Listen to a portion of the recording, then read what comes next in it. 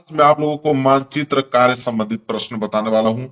Class 10th के सामाजिक विज्ञान में सबको मालूम है मेरे प्यारों, 10 नंबर का मानचित्र संबंधित प्रश्न आता है। 5 नंबर आपके इतिहास से और 5 नंबर भूगोल से। ठीक है, आज की इस वीडियो में पूरे के पूरे किताब का जो इम्पोर्टेंट आप लोगों का मानचित्र संबंधित प्रश्न है वो बताने वाला हूं। इससे बाहर आपके एग्जाम में एक प्रश्न नहीं आएगा, इस बात की गारंटी मैं लेता हूं। मेरे प्यारों, जो आपके जो बोर्ड एग्जाम में मानचित्र का प्रश्न आता है वो इतिहास से आता है और भूगोल से आता है। इतिहास में मात्र एक ही चैप्टर है, भारत में राष्ट्रवाद, और उसी से आपके प्रश्न बनते हैं 5 नंबर के। और अगर हम बात करें भूगोल, तो भूगोल में आपके 3 चैप्टर के प्रश्न हैं। संसाधन एवं विकास, दूसरा है जल संसाधन, तीसरा है कृषि। इन्हीं तीनों चैप्टरों को मिला के 5 नंबर का आप लोगों का मानचित्र पूछता है। तो 5 नंबर इतिहास से और 5 नंबर भूगोल से मानचित्र संबंधित प्रश्न बनते हैं। हर एक चैप्टर के मोस्ट इंपोर्टेंट मानचित्र प्रश्न बताने वाला हूं आप लोगों को, इससे बाहर नहीं। आज की इस वीडियो में 10 नंबर आप लोगों के मानचित्र संबंधित प्रश्न वाले बिल्कुल मैं पक्का कराने वाला हूं। वीडियो को लाइक कर देना, चैनल पर नए हो तो चैनल को जरूर सब्सक्राइब कर लेना। देखिए, यहाँ पे सबसे पहले भारत में राष्ट्रवाद की अगर हम बात करें, तो भारत में राष्ट्रवाद जो चैप्टर है उसमें पॉइंट आता है कि भारत में नव जागरण एवं स्वतंत्रता संघर्ष के केंद्र। ठीक है, उसमें आपके भारत में राष्ट्रवाद का जो पहला प्रश्न है उसको नोट कीजिए। यह प्रश्न इससे बाहर आपकी एग्जाम में नहीं बनेगी, इस बात का दावा करता हूं मैं। प्रश्न पहला है, वह स्थान जहां जलियांवाला बाग की हत्याकांड हुआ। यह प्रश्न मेरे प्यार जो बहुत ही ज्यादा इंपॉर्टेंट है। वह स्थान जहां जलियांवाला बाग की हत्याकांड हुआ था, तो वह है अमृतसर में। अमृतसर में हुआ था, मैंने नाम बता दिया, मानचित्र पर इसका सही लोकेशन आपको बस बताना पड़ेगा।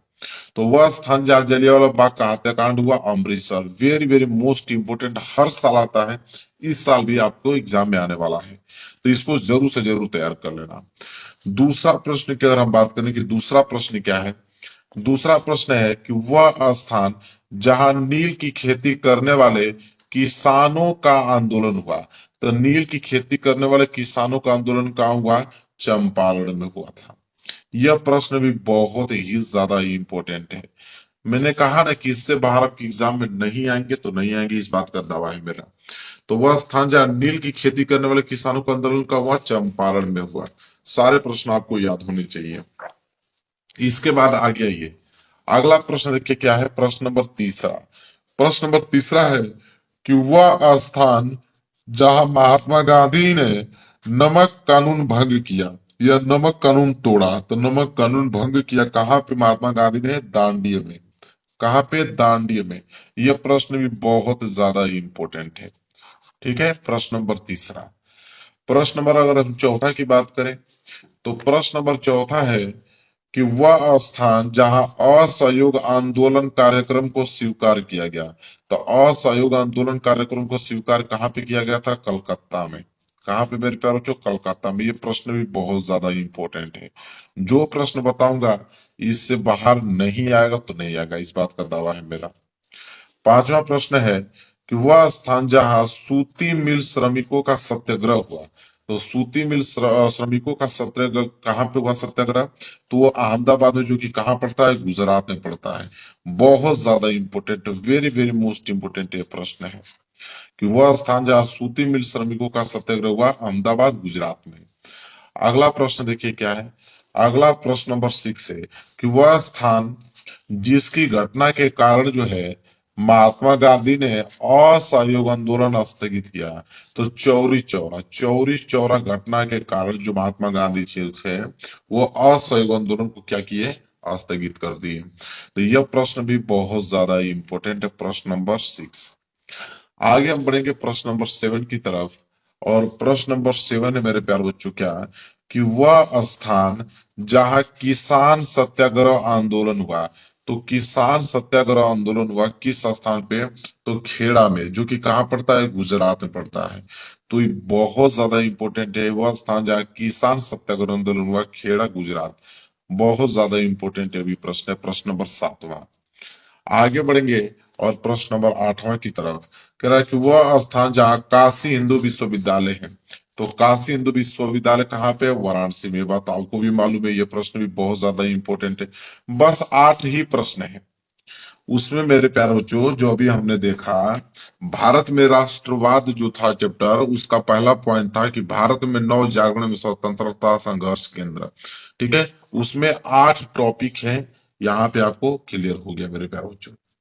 इसके बाद उसी चैप्टर के दूसरा टॉपिक है भारतीय राष्ट्रीय कांग्रेस के अधिवेशन। यहां से तो प्रश्न बनना ही बनना है, उसको कौन रोकने वाला है। तो भारतीय राष्ट्रीय कांग्रेस का अधिवेशन, जिसमें पहला प्रश्न है मेरे प्यारे बच्चों कि वह स्थान जहां कांग्रेस का प्रथम अधिवेशन हुआ। तो कांग्रेस का प्रथम अधिवेशन कहाँ पे हुआ? तो कांग्रेस का जब प्रथम अधिवेशन मुंबई में हुआ था। इस बात को याद रखिएगा, ये प्रश्न बहुत ज्यादा आईएमपी है, वेरी वेरी मोस्ट आईएमपी है। वह स्थान जहां कांग्रेस का प्रथम अधिवेशन हुआ, मुंबई में हुआ था। क्लियर है मेरे प्यारे बच्चों? चलिए, प्रश्न नंबर पहला आपने नोट कर लिया। चलिए आगे बढ़ते हैं, प्रश्न नंबर दूसरा नोट कीजिए। प्रश्न नंबर दूसरा है मेरे प्यारे बच्चों कि वह स्थान जहां वर्ष 1920 में कांग्रेस अधिवेशन हुआ। अब कांग्रेस का अधिवेशन हुआ 1920 में। कहां पे हुआ मेरे प्यारे बच्चों? कलकत्ता में हुआ। कहां पे हुआ? कलकत्ता में हुआ। तो वह स्थान जहां वर्ष 1920 में कांग्रेस अधिवेशन हुआ, 1920 में कलकत्ता में हुआ था। तीसरा है वह स्थान जहां भारतीय राष्ट्रीय कांग्रेस का अधिवेशन हुआ, मतलब स्थापना हुआ। अब देखिए, दो प्रश्न है। वह स्थान जहां वर्ष 1920 में कांग्रेस अधिवेशन हुआ कलकत्ता में, वह स्थान जहां भारतीय राष्ट्रीय कांग्रेस की स्थापना हुआ मुंबई में। ये दोनों प्रश्न आपको याद होने चाहिए, दोनों ही प्रश्न बहुत ज्यादा आईएमपी है। इसके बाद आते हैं प्रश्न नंबर 4 की तरफ। प्रश्न नंबर 4 है वह स्थान जहां वर्ष 1927 में कांग्रेस का अधिवेशन हुआ। तो 1927 में जो कांग्रेस का अधिवेशन हुआ था वो मद्रास में हुआ था। कहां पे मेरे प्यारे बच्चों? मद्रास में हुआ था। इसके बाद ये प्रश्न भी इंपॉर्टेंट है। इसके बाद 1929 वाला आ जाइए कि वह स्थान जहां वर्ष 1929 में कांग्रेस का अधिवेशन हुआ, लाहौर में। तो देखिए यहाँ पे 3 चीजें, 1920 में कलकत्ता में हुआ, 1927 में मद्रास में हुआ, 1929 में लाहौर में हुआ। ठीक है, इसके बाद आइए प्रश्न नंबर 6। प्रश्न नंबर 6 है वह स्थान जहां कांग्रेस और मुस्लिम लीग का वर्ष 1916 में समझौता हुआ था। तो वह स्थान जहां कांग्रेस और मुस्लिम लीग का वर्ष 1916 में समझौता हुआ, लखनऊ में हुआ था। कहाँ पे? लखनऊ में समझौता हुआ था मेरे प्यारे बच्चों। यह प्रश्न भी बहुत ज्यादा इंपॉर्टेंट है। अब यहाँ पे आपके इतिहास के दोनों टॉपिक मैंने कवर करा दिया। 8 प्रश्न उसमें था, 6 प्रश्न, 14 प्रश्न में पूरा इतिहास के आपके मानचित्र संबंधित प्रश्न जो है बिल्कुल क्लियर हो गए। अब आता है भूगोल। अब यहां से स्टार्ट होगा मेरे प्यारे बच्चों भूगोल। और भूगोल में आपका सबसे पहला पॉइंट जो वो संसाधन एवं विकास से है। इसमें पहला पॉइंट है मेरे प्यारे बच्चों कि भारत के राजनीतिक मानचित्र पर आपको 5 प्रकार मृदाओं के प्रकार बताइए। तो ये मेरे प्यारे बच्चों याद कर लीजिएगा, 5 मृदाओं के नाम आपको याद होने चाहिए। अभी बता देता हूँ, वेरी वेरी मोस्ट इंपोर्टेंट है। जलोढ़ मृदा हुआ, काली मृदा हुआ, ठीक है, लेटराइट मृदा हुआ। तो ये जो है मेरे प्यारों जो 5 मृदाओं के नाम आपको याद होने चाहिए, किसी मानचित्र में पक्का पूछेगा। पांचों में से एक जरूर से जरूर आपके आने वाले हैं, तो इनको आप तैयार कर लेना।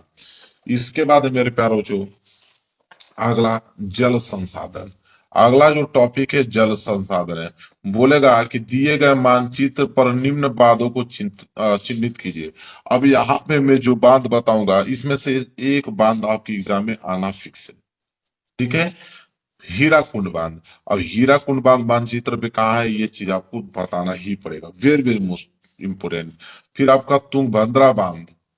तीसरा आपका जो है वो है आपका भाखड़ा नागल बांध। ठीक है, और चौथा जो है आप लोगों का सलाल बांध। पांचवा टिहरी बांध। और छठा जो है वो है सरदार सरोवर बांध। और सातवां है राणा प्रताप सागर बांध। अब यहाँ 7 प्रकार के बांध मैंने बता दिया। अब इन 7 प्रकार के बांधों को आपको लोकेशन आपको मालूम होना चाहिए कि मानचित्र पे इनका लोकेशन कहाँ पे है। यहाँ से प्रश्न बनेगा तो बनेगा, उसको कोई रोकेगा नहीं। जाके आप कोई भी प्रीवियस ईयर पेपर देख लेना, एक प्रश्न यहाँ से जरूर पूछेगा। तो 7 आपको बांध मैंने बता दिया, 7 बांधों के लोकेशन आपको याद होने चाहिए किसी कीमत पे मेरे प्यारे बच्चों। तो जल संसाधन भी हो गया। इसके बाद आपका लास्ट चैप्टर आता है कृषि से। अब कृषि से प्रश्न मैं आपको बताना जो एग्जाम में आते हैं, जो कि पहला प्रश्न है यहाँ पे कि गेहूं का सबसे बड़ा उत्पादक राज्य। तो गेहूं का सबसे बड़ा उत्पादक राज्य मेरे प्यारे बच्चों क्या है? पंजाब। क्या है मेरे प्यारे बच्चों? पंजाब। गेहूं का सबसे बड़ा उत्पादक राज्य जो है वो पंजाब है। इसके बाद दूसरा है मेरे प्यारे बच्चों, सर्वाधिक जूट उत्पादक राज्य कौन है?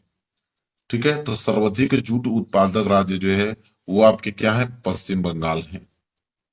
ठीक है मेरे प्यारे बच्चों, क्या है सर्वाधिक जूट उत्पादक राज्य? पश्चिम बंगाल। देखिए यह प्रश्न है, यह प्रश्न मिस्टेक है, क्योंकि गेहूं का सबसे बड़ा उत्पादक राज्य तो उत्तर प्रदेश है। यहाँ पे आप उसको उत्तर प्रदेश कीजिएगा, यहाँ पे लिखने में थोड़ा मिस्टेक हो गया है।